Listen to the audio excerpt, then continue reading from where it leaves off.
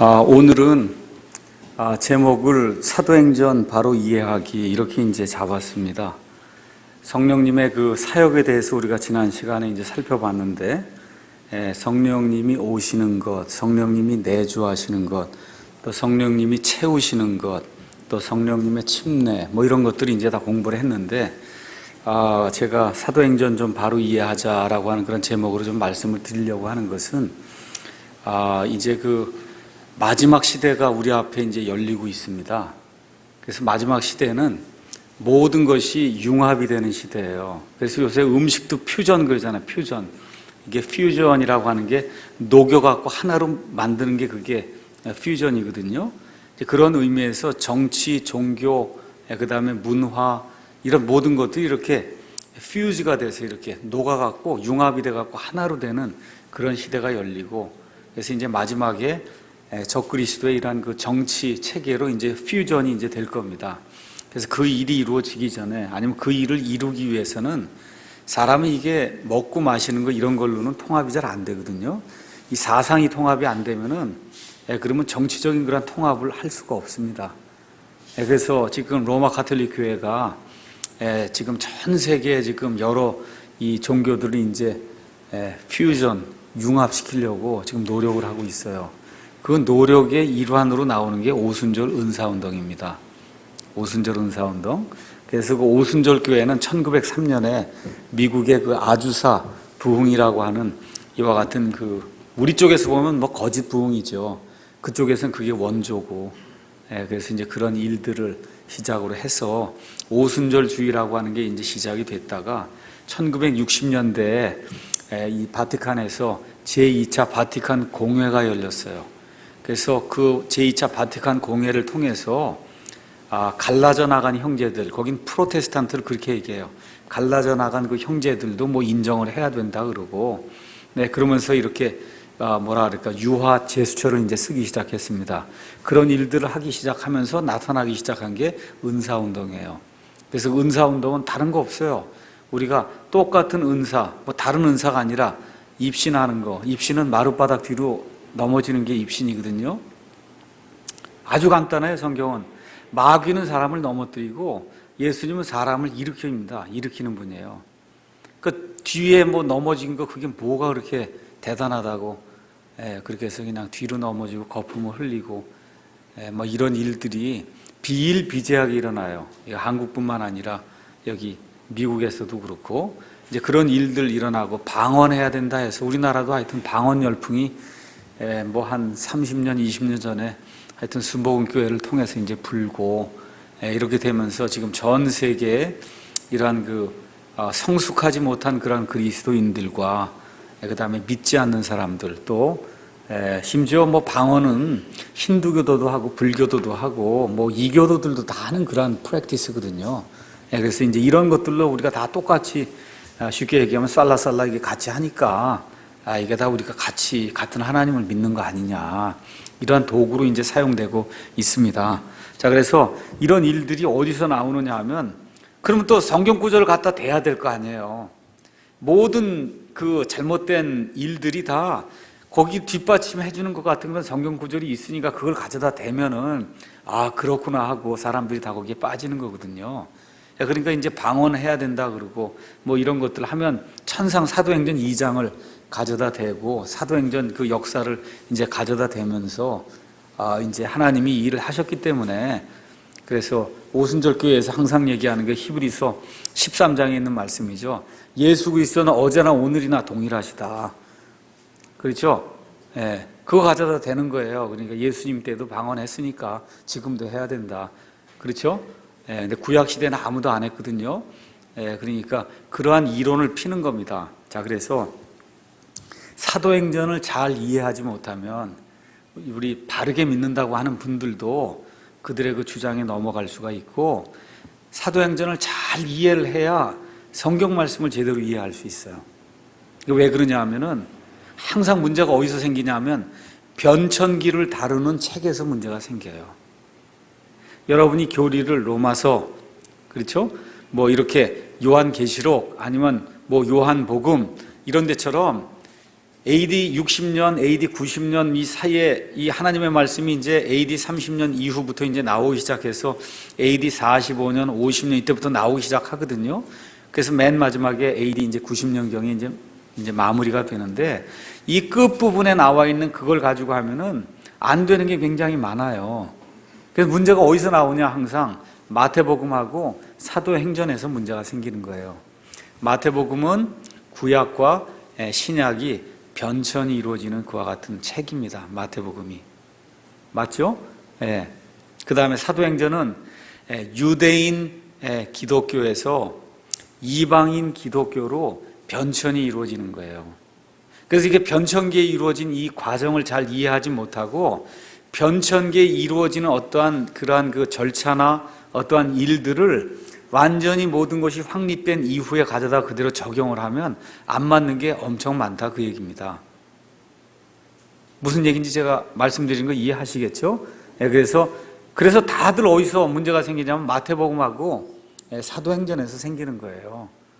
그래서 그런 내용들을 우리가 잘 이해해야 됩니다. 그래서 사도행전의 골자는 하나님의 역사와 또 교회라고 하는 것이 유대인 중심에서, 그 구약에서 이방인 중심으로 바뀐다. 자, 그래서 내용을 가서 보시면 사도행전은 성령님의 강림과 유대인들 가운데 기독교가 확고히 세워진 것, 그게 1장에서 7장에 있는 말씀입니다.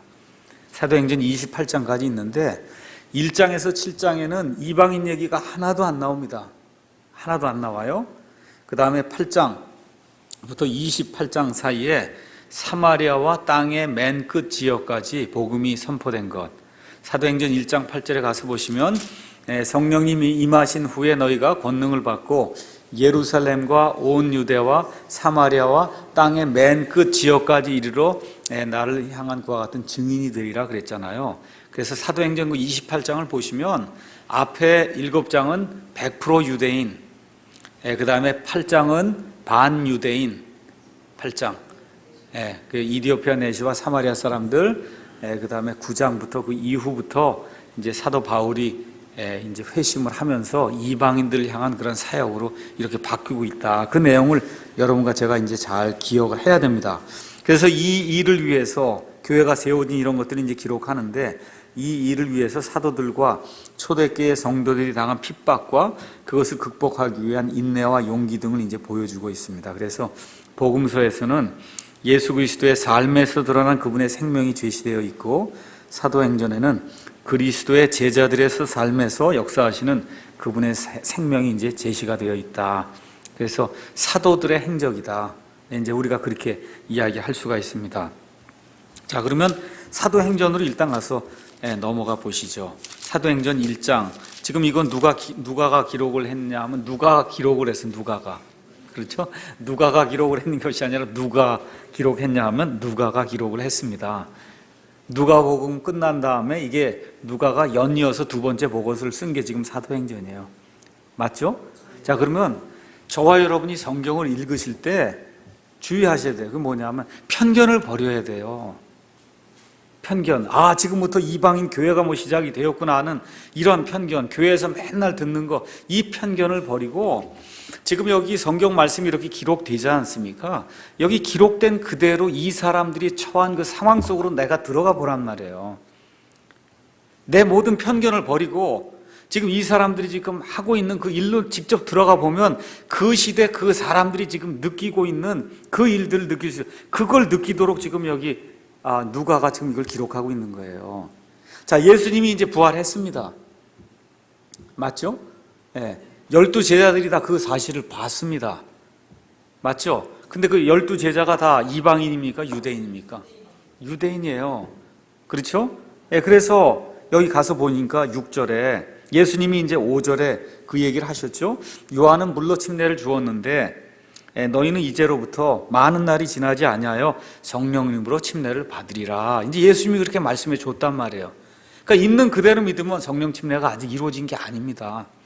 자, 그랬는데 6절에 그러므로 그들이 함께 모였을 때, 그들이 누구예요?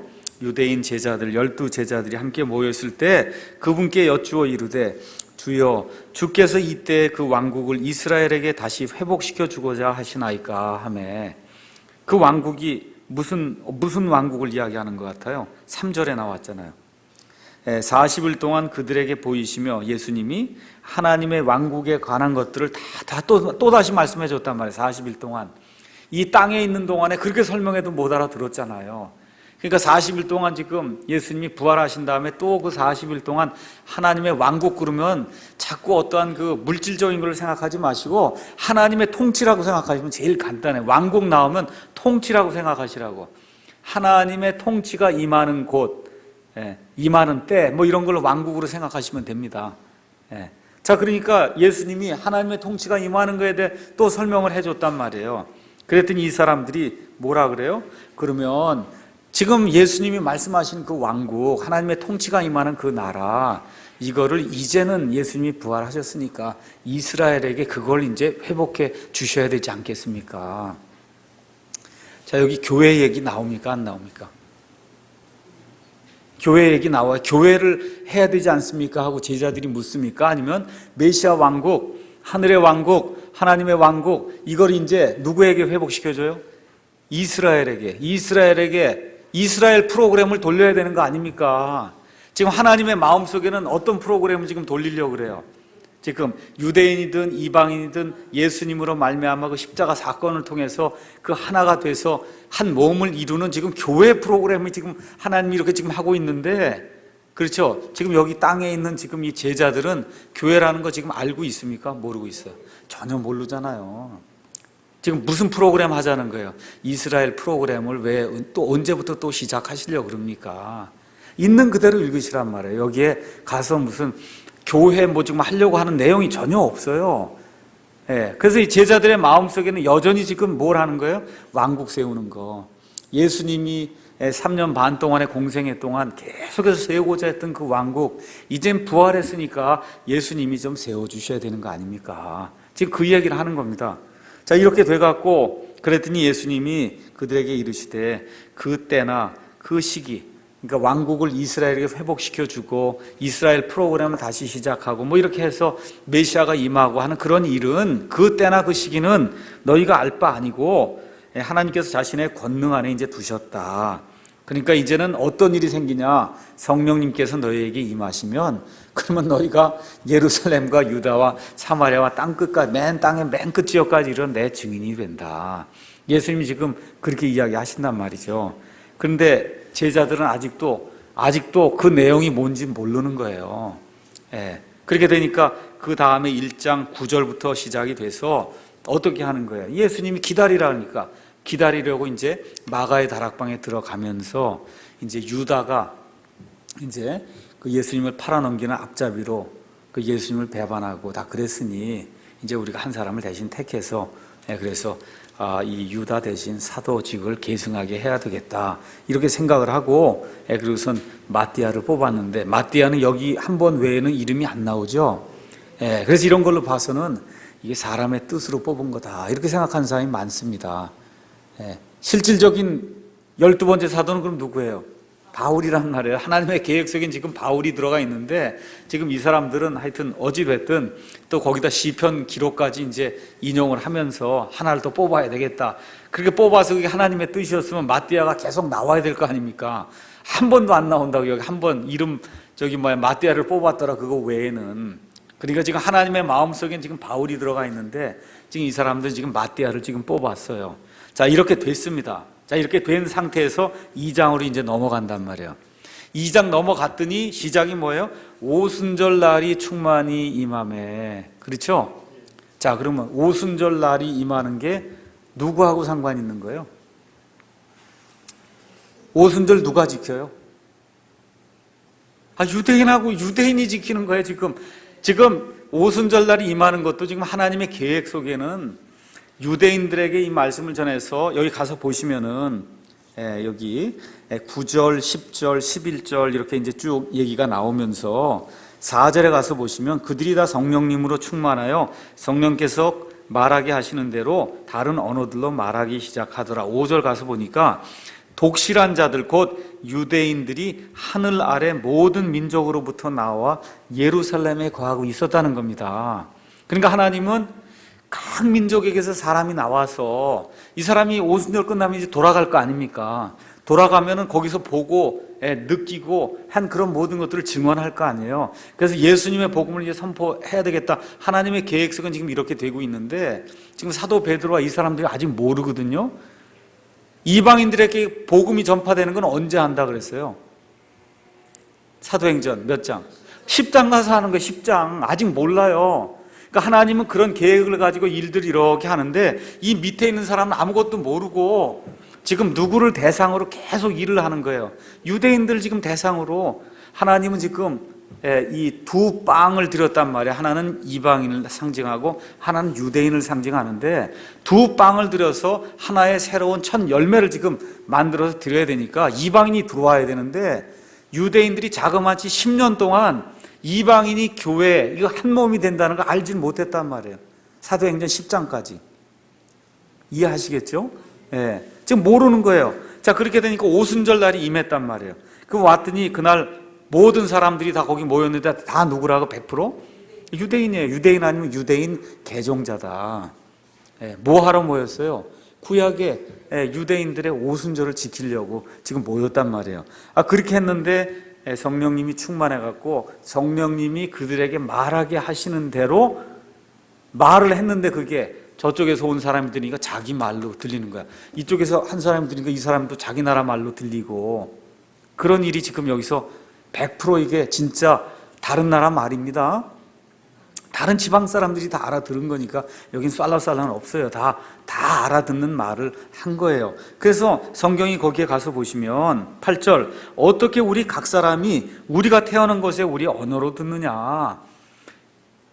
베드로나 사도들은 분명히 한 말을 했을 텐데 그렇잖아요. 근데 듣는 사람은 지금 가서 보니까 9절 바델 사람, 메델 사람 해갖고 열 몇 개 지금 거기 나라가 지금 나오잖아요. 이 열 몇 개의 말로 한 걸로 듣는단 말이에요. 지금 듣는 사람은. 그게 도대체 이게 어떻게 된 일이냐. 지금 이야기하는 그런 대목이 나온다 그 얘기입니다. 맞습니까? 맞죠? 예. 그렇게 되니까 베드로가 뭐라고 또 얘기하는 14절 베드로가 11사도와 함께 서서 소리를 높여 이르되 이스라엘 사람들아 교회야 그렇게 얘기해? 아니면 이방인들아 그렇게 얘기합니까? 아니면 유대 사람들과 예루살렘에 거하는 모든 사람들아. 그 얘기는 무슨 얘기냐면 본토에 사는 유대인들과 지금 여기 명절을 맞이해서 사방 각지에서 모인 유대인들과 유대교 개종자들아 내 말을 들어라. 지금 그렇게 얘기하는 거예요. 맞죠? 네, 그렇게 얘기하는 겁니다. 지금 3시 분이 안 됐으니까 이 사람 술 취한 거 아니다. 그러고서는 지금 베드로가 뭘 생각을 했냐면 구약시대 창세기부터 쭉 나와 있는 그런 말씀 중에 지금 자기들이 하고 있는 걸 보니까 지금 하나님의 영이 임해갖고 어떤 엄청난 일들이 일어난 게 요엘서에 기록이 돼 있단 말이에요. 맞습니까? 네. 그래서 지금 얘기하는 거예요. 16절에 이 오히려 대언자 요엘을 통하여 말씀하신 것이 이것이니라. 자, 그리고선 요엘서를 이제 낭독을 하지요. 맞습니까? 요엘서를 낭독을 해요. 하나님께서 말씀하시기를 마지막 날들에 마지막 때에 일어날 일이에요. 그러니까 여러분과 제가 요엘서를 이렇게 읽으시면 그 요엘서 안에 교회가 있을까요? 없을까요? 요엘서 안에 교회가 있을까요? 없을까요? 없어요. 요엘서는 누구에게 주신 말씀이에요? 이스라엘 백성에게 주신 말씀이에요. 이스라엘 백성이 특히 어느 때 이스라엘 백성을 향한 거냐면 마지막 날들의 주의 날이 임해서 지금식으로 얘기하면 메시아 왕국이 오기 바로 전에 주의 날의 심판이 임할 때 그때 이루어질 그 일들에 대해서 지금 요엘이 예언을 했거든요. 교회하고 아무 상관이 없어요. 지금 그렇게 해서 지금 얘기하는 거예요. 하나님께서 말씀하시기를 마지막 날들에 내가 내 영을 모든 육체, 잘 들으세요, 모든 육체에게 부어주는데 모든 육체가 그래서 너희의 아들, 딸들, 너희의 젊은이들, 너희의 늙은이들, 이게 모든 육체란 말이에요. 맞습니까? 맞아요? 그러면 요엘이 너희, 그러면 너희가 누구예요? 누구예요? 그럼 여기 나오는 아들, 딸, 늙은이, 이거 다 누굽니까? 유대인이에요. 100%.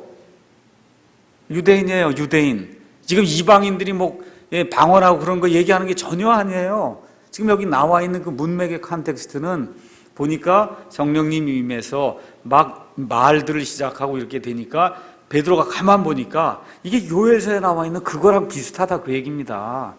그렇잖아요. 그렇게 돼서 이게 마지막 날이 이제 돼서 이런 일들이 일어나는구나. 그럼 마지막 날들에는 어떤 일이 생겨야 돼요? 이스라엘 백성이 예언을 따를 것 같으면, 주의 날이 임하면, 그러면 그 다음에 무슨 일이 생겨야 돼요? 메시아 왕국이 임하는 거잖아요. 맞죠? 메시아 왕국이 임하는 거예요. 메시아 왕국이. 그래서 너희의 늙은이들 다 유대인들 이야기하는 겁니다. 그 날들에 내가 내 영을 내 남정과 여정들에 부어주니, 남정 여정도 누굴 얘기해요? 유대인이에요. 100%. 유대인.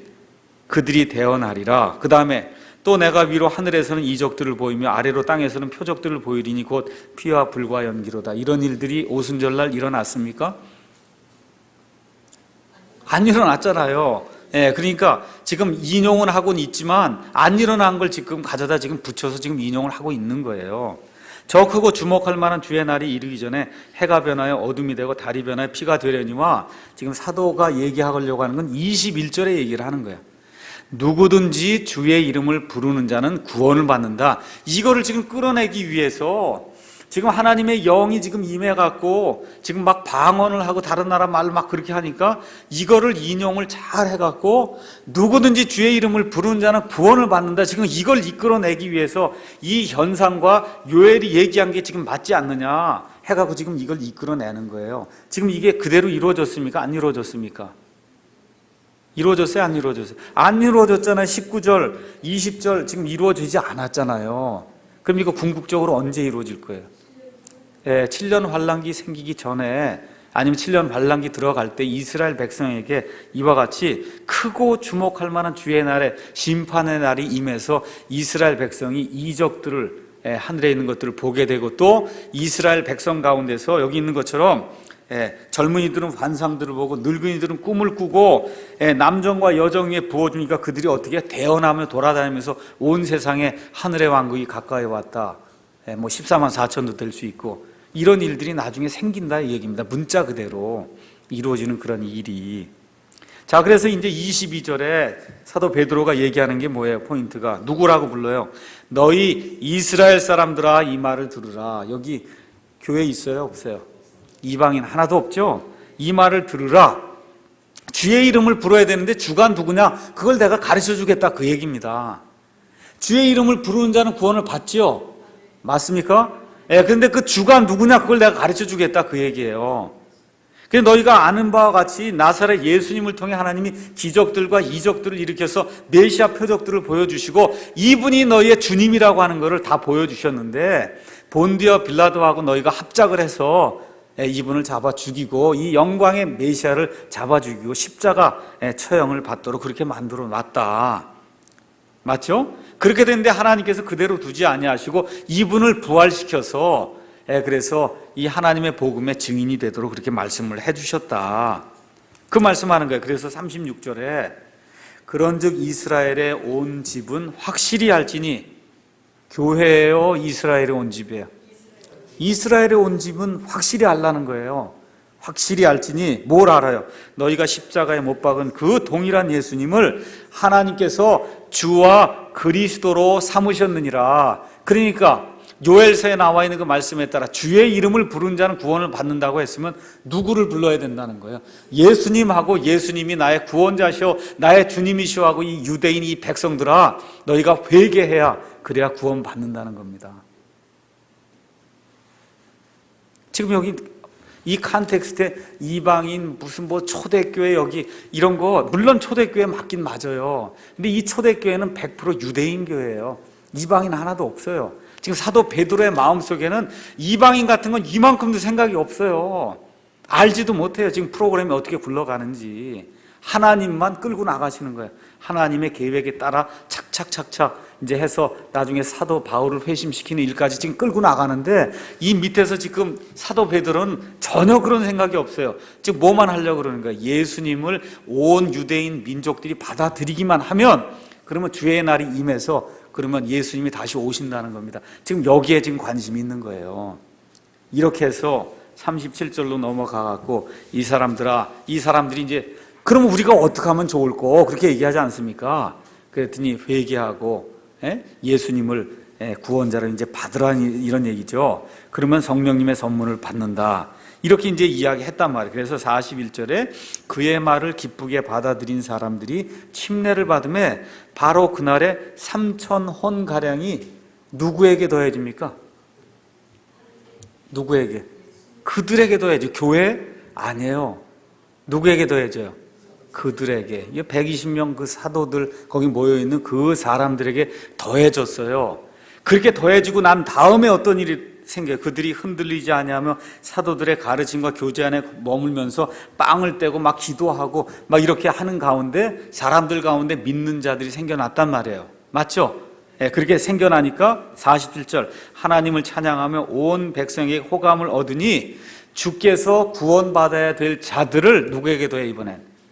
그러니까 교회가 그날 생성이 됐단 말이에요. 그러니까 생성이 되기 전에는 교회가 아니니까 그들에게 더하시고 생성이 되고 나서 교회가 형성이 되니까 그 다음부터 구원받은 자들은 어디에 더해요? 교회에 더하는 거예요. 하나님이 교회에. 자, 이렇게 돼서 교회가 시작이 됐어요. 이게 초대 교회입니다. 맞죠? 근데 지금 100% 뭘로 구성이 되어 있다고요? 유대인들로 구성이 되어 있어요. 자, 이렇게 해서 사람들이 이제 믿기 시작을 해서 이 예수님이 주님입니다. 이렇게 해갖고 뭘 지금 기다리는 거예요? 주의 날을 기다리는 거예요. 주의 날. 하나님은 지금 교회를 하려고 지금 교회 시대를 열려고 해서 이렇게 시작하는데 밑에 있는 지금 유대인들은 아무것도 몰라요. 하여튼 어쨌든 왕국을 빨리 받아들여서 주의 날이 임하면 메시아가 와서 그러면 끝이다. 지금 이 생각을 하고 있는 겁니다. 자, 3장으로 이제 넘어갔어요. 거기서 이제 베드로와 요한이 안진뱅이를 고친단 말입니다. 그렇죠? 예. 자, 이렇게 해서 11절에 걷지 못하던 자가 고침을 받고 베드로와 요한을 붙더니 백성이 놀랬단 말이에요. 12절 베드로가 그것을 보고 백성에게 응답하되 너희 이스라엘 사람들아. 교회야 그래요? 이스라엘, 아직도 이스라엘이죠? 이스라엘 사람들아 어찌하여 이 일에 놀라냐. 13절 아브라함과 이삭과 야곱의 하나님 벌써 나오면 구약의 하나님인 거 아시죠? 그렇죠? 구약의 여호와 하나님, 그 하나님께서 자신의 아들 예수님을 영화롭게 하셨느니라. 너희가 그분을 넘겨주고 빌라도가 그분을 놓아주려고 결심하였을 때 그 앞에서 그분을 부인하였으니, 이렇게 쭉 얘기하면서 누가 했다는 거예요? 유대인들이 다 이렇게 갖고 너희 조상들이 그리고 너희가 그래 갖고 이 하나님이 보내신 자 그 메시아를 완전히 능멸하고 메시아를 잡아 죽였다 너희가. 그렇죠? 그러면서 17절에 형제들아 너희의 치리자들과 마찬가지로 너희도 알지 못하여 그리한 줄 내가 아노라. 그렇게 얘기한 다음에 18절에 그러나 하나님께서 자신의 모든 대언자들이 입을 통해 미리 보여주신 그 일들 곧 그리스도께서 고난당하실 일들을 이같이 성취하셨느니라. 자, 그 다음부터가 이제 중요한 구절이 나옵니다. 19절 그런즉 너희는 회개하고 회심하라. 너희가 누굽니까? 이스라엘 백성, 유대인. 그리하면 새롭게 하는 때가 주의 앞으로부터 이를 때 너희 죄들이 말소가 될 것이요 또 그분께서 예수 그리스도 곧 너희에게 미리 선포된 분을 보내시리라. 그러니까 지금 유대인들이 누굴만 기다리고 있는 거예요? 예수님만 지금 기다리고 있는 거예요. 예수님만 오면 우리가 잡아 죽였지만 우리가 온 민족이 회개하고 지금 회심만 하면 그러면 하나님이 하늘에서 예수님을 다시 보내면 주의 날이 임하고 주의 날이 임하면 메시아 왕국이 임하고 그러면 모든 프로그램이 끝나는 거다. 지금 그렇게 얘기하는 겁니다. 그 왜 그러냐? 21절 하나님께서 세상이 시작된 이래로 자신의 모든 거룩한 대언자들이 입을 통하여 말씀하신 때 곧 모든 것을 회복하시는 때까지는 하늘이 반드시 그분을 받아들여야 된다. 그러니까 주의 날이 임하게 되면 모든 게 회복이 되는 거죠. 그러니까 그때까지는 하나님 예수님이 거기 가 계셔야 된다는 거예요. 근데 지금 너희가 이제 받아들이면 그럼 회복하는 때가 임하니까 하나님이 예수님을 보낸다. 그런 얘기입니다. 그래서 22절부터 얘기하는 거는 너희들 그 신명기 가서 봐라. 하나님께서 모세를 통해서 나 같은 대언자 하나를 너희를 위해 일으키시리 너희 그 말을 들으라 그러지 않았냐. 그 대언자가 예수님이시다. 그래서 지금 100% 지금 유대인들에게 이 구약 성경에 나와 있는 그와 같은 그 말씀들을 통해서 다 얘기하면서 25절 너희는 대언자들의 자손이요 하나님께서 우리 조상들과 맺으신 언약의 자손이라. 26절 하나님께서 자신의 아들 예수님을 일으키시고 너희에게 복을 주시기에 그분을 먼저 너희에게 보내사 너희 각 사람이 자기의 불법들에서 돌아서게 하셨느니라. 자, 그럼 지금 베드로가 지금 열심히 설교를 하지 않습니까? 베드로의 마음속에 교회 있어요? 없어요?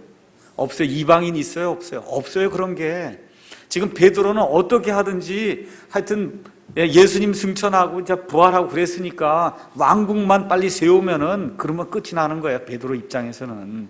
그래서 지금 열심히 이스라엘 백성 너희가 회개하고 회심하고 온 민족이 돌이키기만 하면 하나님이 예수님을 보내실 테니까 그러니까 그렇게 해라.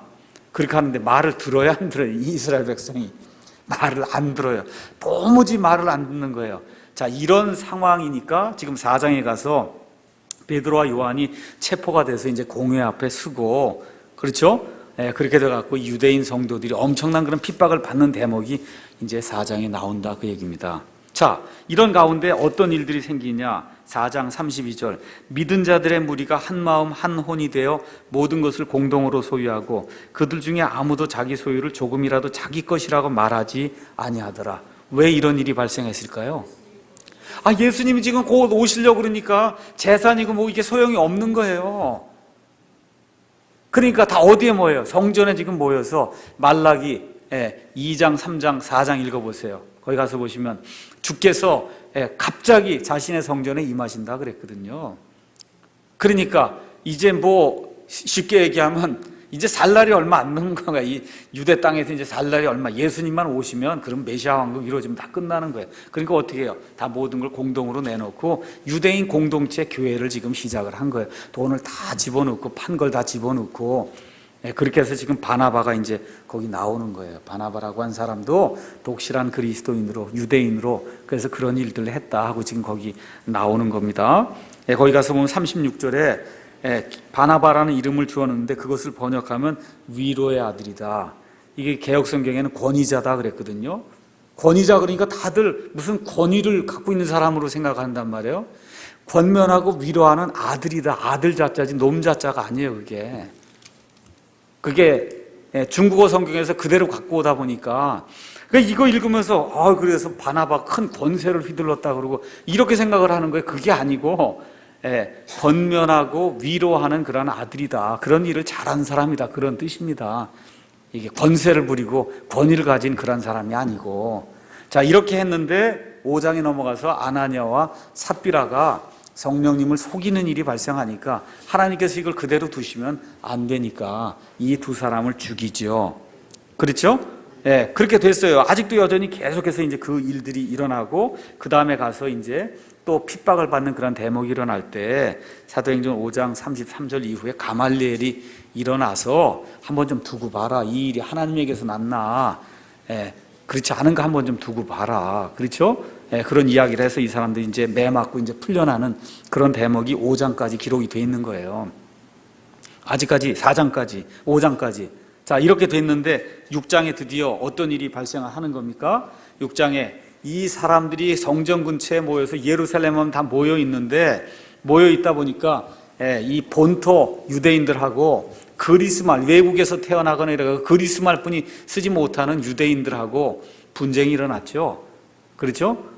그래서 이거 자기들 과부들 어떻게 먹여 살려야 되냐는 그런 문제로 이제 분쟁이 일어나서 최초로 7명의 사람들을 선출하는 그런 대목이 나오는 거예요. 지금 여기도 다 누구의 히브리파, 히브리 사람들 얘기예요. 100%.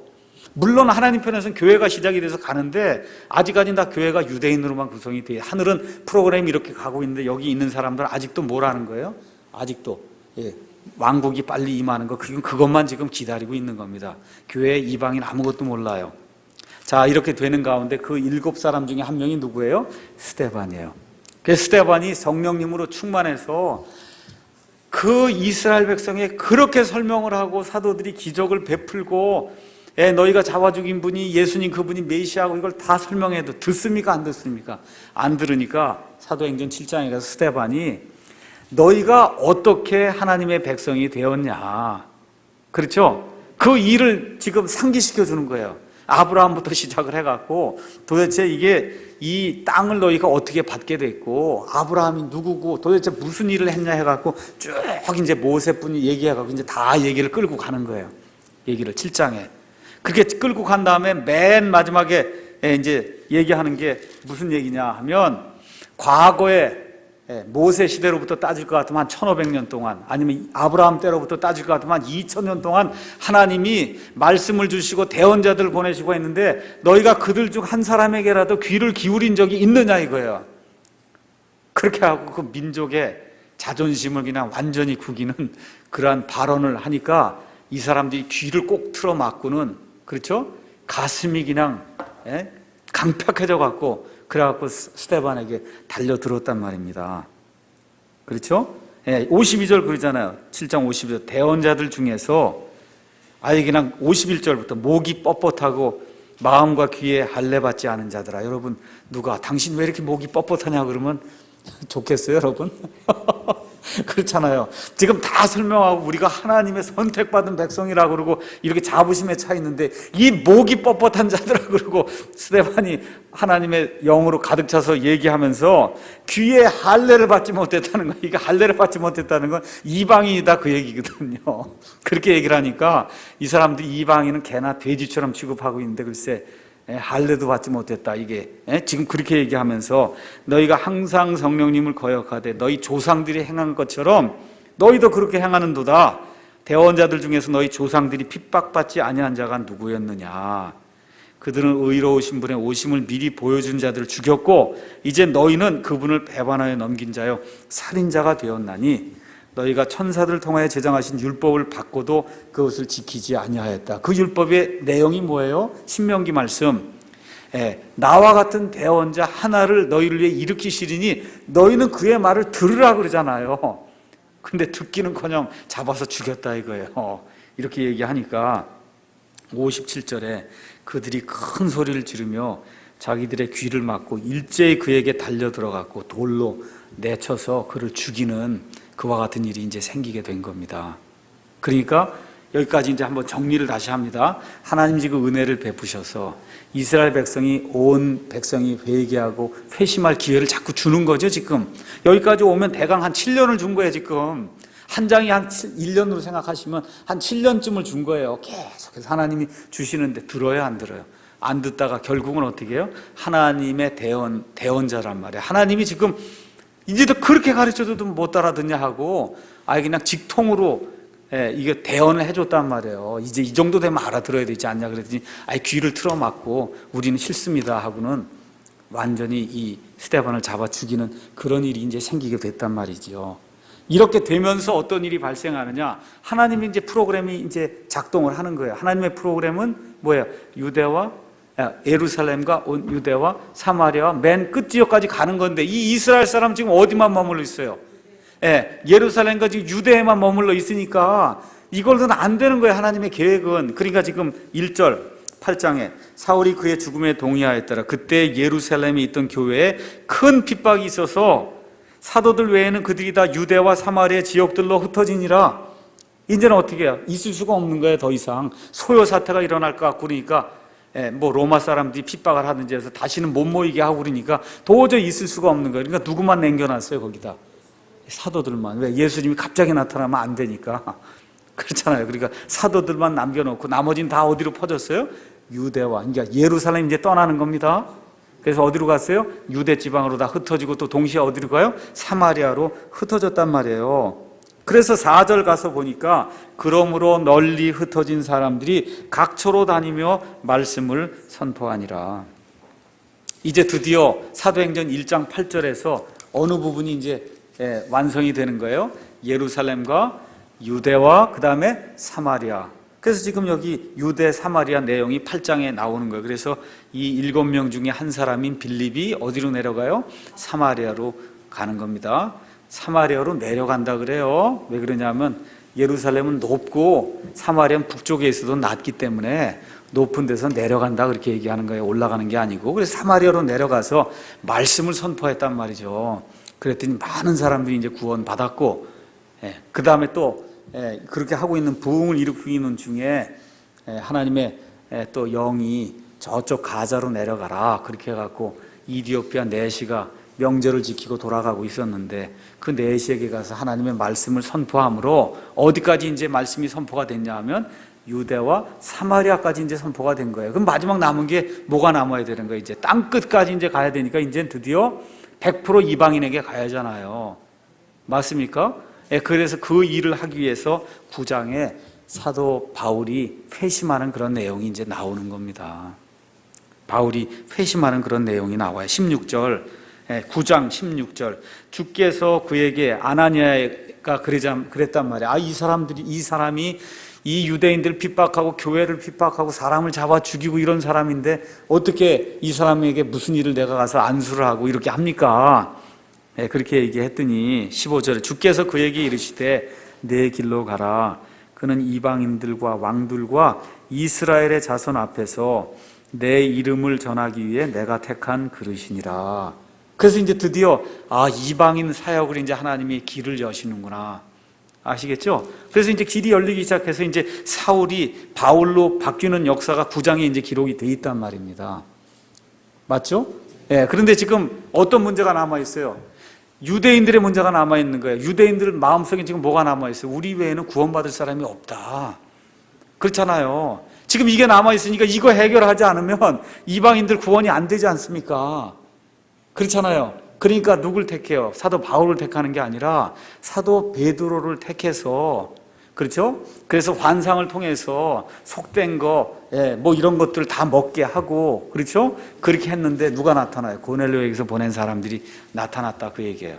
그래서 이 사람들이 왔을 때 이 사람들 따라가서 이 사람들에게 말씀을 선포했더니 그러게 어떻게 돼? 성령 침례, 성령 충만한 거, 성령 침례가 임하고, 그래서 이 사람들이 자기가 처음에 오순절날 경험했던 그와 같은 일들이 이 사람들에게 이루어지는 거예요. 그렇게 해서 뭘 깨달았다는 거예요? 내가 그날 처음으로 하나님이 이방인들을 위해서도 일을 하시는구나 하는 걸 내가 깨달았다. 그렇게 했더니 11장에 가서 유대인들이 화를 내는 장면이 나오는 거죠. 너 도대체 유대인이 왜 이방인들한테 갔냐? 거기 가서 도대체 무슨 일을 했냐? 그렇잖아요. 따지잖아요. 그걸 지금 사도 바울이 할 수가 없잖아요, 그 일을. 그러니까 어떻게 해요? 베드로를 시켜서 그 일을 하신 거예요. 그래서 베드로를 시켜서 그 일을 하니까 베드로가 처음부터 끝까지 자기에게 일어난 모든 일을 다 설명을 하니까, 그렇죠?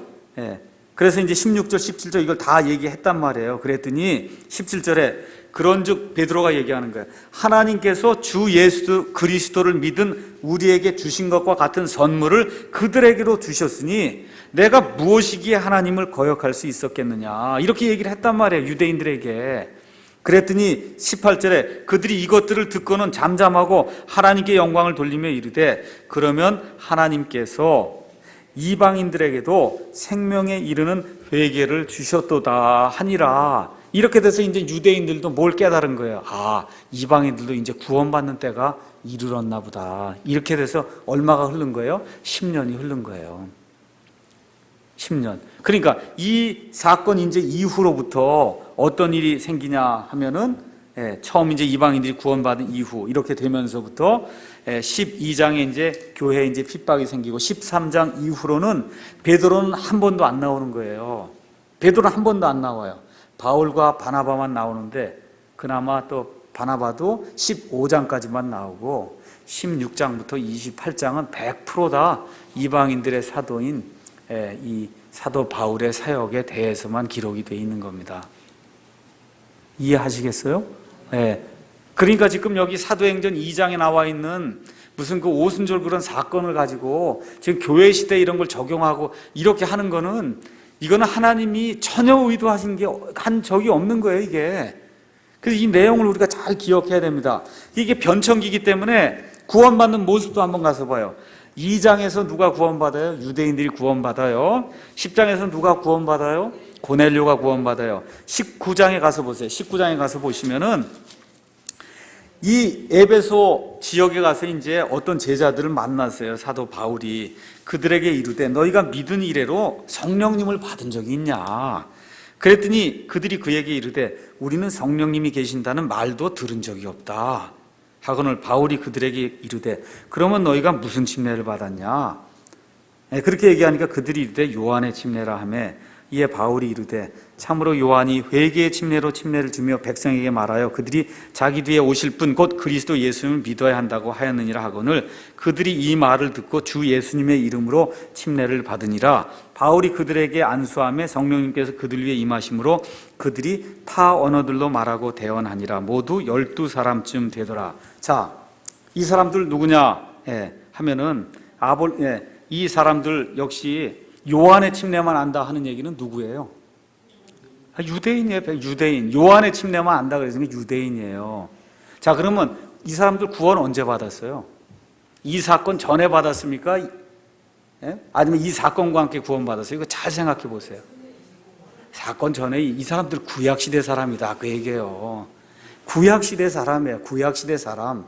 아브라함과 같은 방식으로, 다윗과 같은 방식으로 구원 받았어요. 받았는데 성령 침례는 아직 알지도 못하는데 어떻게 받습니까? 그렇죠? 그럼 이런 건 어떤 사람이에요? 변천기에 있는 사람들이다. 변천기. 그럼 요걸 들고 와갖고 구원 받은 다음에 성령 침례를 받아야 된다. 그럼 이거 맞아요? 틀려요? 지금은 아니야. 구원 받는 순간에 성령 침례가 이루어진다니까. 지금은 여기 있는 이 사람들은 구약 시대에 속한 사람이야. 요한의 침례만 아는 사람이야. 이미 구원 받았는데도 불구하고 뭐는 몰라요? 성령 침례는 몰라요. 성령이 있다는 것도 모르니까. 그러니까 어떻게 해요? 안수를 하게 될 때 성령 침례가 다시 내려졌거든요. 침례를 받았거든요. 이걸 사용해 갖고 구원받은 이후에 성령 침례를 받아야 된다 그러면 그게 맞냐 그 얘기예요. 어때요? 이건 안 맞는 거예요. 이 사람들에 대해서만 일회적으로 지금 맞는 거예요. 그래서 이게 변천기이기 때문에 여기 2장, 10장, 19장에 나오는 이 사람들은 성령 침례를 받고 그 동시에 방언을 했습니다. 방언을 해요. 그런데 8장 12절 13절 사마리아 사람들, 37절에서 39절 이디오피아 내시, 9장의 사도 바울, 18절에 13장에서 28장까지 성령 침례 받는데 방언 받는 일이 있습니까? 없습니까? 없어요. 19장에 있는 거 하나 제외하고는. 그러니까 잘 들으세요. 순복음교회에서 이거 하면 구원받은 다음에 성령 침례 받아야 된다. 그럼 뭘 이용하는 거예요? 이거 사도행전 19장을 인용하는 거거든요. 그럼 왜 사도행전 8장의 이디오피아 내시나 사도행전 9장의 사도 바울이나 왜 이런 거 인용을 안 해요? 그럼 방언이 없으니까 인용을 안 하는 거거든요. 그러니까 이런 식으로 해석을 하면 다 된다니까요. 성경 가지고 자기가 입증하고자 하는 게 다 됩니다. 맞죠? 그러면 우리는 어디서 교리를 찾아야 돼? 성령 침례의 그 교리는 모든 것이 다 완전히 확립이 돼서 더 이상 변하지 않는 데서 찾아야 돼요. 그 변하지 않는 데서 하나님이 고린도전서 12장에 다 성령 침례를 받아 한 몸 안으로 들어온다 그러지 않습니까? 이 사건이 일어난 이후에 20년, 30년이 지나서 교회가 형성이 되고 나서 교회를 위해서 지금 기록을 하고 있는 거 아니에요? 교회를 위해서. 그렇죠? 로마서 또 교회를 위해서 기록하는 거예요. 이런 데 있는 말씀들은 변함이 없는 거예요. 교회가 완전히 형성이 된 이후에 지금 주어지기 때문에. 그러니까 사도행전 가지고 가서 이렇게 증명하려고 하면 다 증명해요. 방언해야 된다 그러고. 근데 그게 아니다. 변천기 과정 속에는 방언을 할 때도 있고 방언하지 않을 때도 있어요. 단지 오순절 순복음교회 교인들이 방언하는 경우만 들고 와갖고 자꾸 방언해야 된다고 얘기하기 때문에 그렇지 방언하지 않는 게 훨씬 더 많다 그 얘기입니다. 사도행전에. 그래서 이런 내용들을 우리가 잘 이해를 하고 성경을 이렇게 접해야지 이런 거 이해 없이 그냥 누가 얘기하면 그런가 보다 하고 하면 거기에 빨려든다 그 얘기죠. 그래서 여기 방언이라고 하는 말은 그리스 말로 이제 글로사 이제 그랬는데 영어로는 텅이에요. 텅이 혓바닥이다 그런 얘기예요. 혓바닥. 혓바닥의 텅. 그래서 원래는 몸의 기관이 혀를 가리키며 이 혀에서 파생된 뜻으로 다른 나라 민족이나 말을 뜻합니다. 그래서 성경에 나오는 텅은 다 말을 가리켜요. 말. 그래서 이 방언을 한다 이것도 speaking with tongues 이렇게 돼 있어요. 혓바닥으로 말을 한다 그런 뜻입니다. 혓바닥으로 말을 한다. 사도행전 2장의 방언 100% 유대인들이 모여서 100% 그 순례하는 그 유대인들이 살던 그 지역의 말을 한 거예요. 지금식으로 얘기하면 영어, 일본말, 중국말, 이디오피아 말, 그 말을 한 겁니다. 지금식으로 얘기하면. 고린도 교회 이제 그 이야기를 하는데, 고린도 교회는 사도 바울의 사역으로 세운 이방인 교회 중 가장 문제가 많은 교회예요. 그 안에 분쟁, 음란, 법정 시비, 결혼, 우상, 재물, 그 다음에 은사, 부활, 사도 바울의 자질을 놓고 시비를 벌이고 등등, 교회로서 가장 못된 교회예요. 그게 표준이 되는 교회가 아니에요. 제일 나쁜 교회라고, 고린도 교회. 그러니까 편지가 길어요. 문제를 교정해야 되기 때문에 편지가 길어요. 그래서 그 12장 28절 29절 가서 보시면 여러 가지 은사가 있는데, 방언이 가장 뒤에 나오는 가장 저급한 은사예요. 14장에는 그래서 그 방언을 알지 못한 언어, unknown tongue이라고 분명하게 그렇게 기록을 하고 있습니다. 그래서 방언은 고린도전서 1장 22절에 나와 있는 것처럼 믿지 않는 자들을 위한 그런 표적이고, 믿는 사람들을 위한 그 은사는 대언입니다. 그래서 방언을 정리해, 나중에 이제 방언에 대해서 제가 이야기할 기회가 있을 겁니다. 오늘 이제 시간이 없기 때문에 방언을 정리하면, 방언이 이슈가 되는 교회는 영적 수준이 대단히 낮은 교회다. 방언으로 이슈를 삼는 교회는 영적인 그 퀄리티, 질이 저질이다. 그렇게 생각하시면 됩니다. 자, 오늘은 일단은 여기까지 해서 사도행전에 대한 그런 내용을 이제 마치도록 하겠고, 다음 시간에 나머지 부분들, 대언이라든지 이런 것들을 좀 공부하도록 하겠습니다.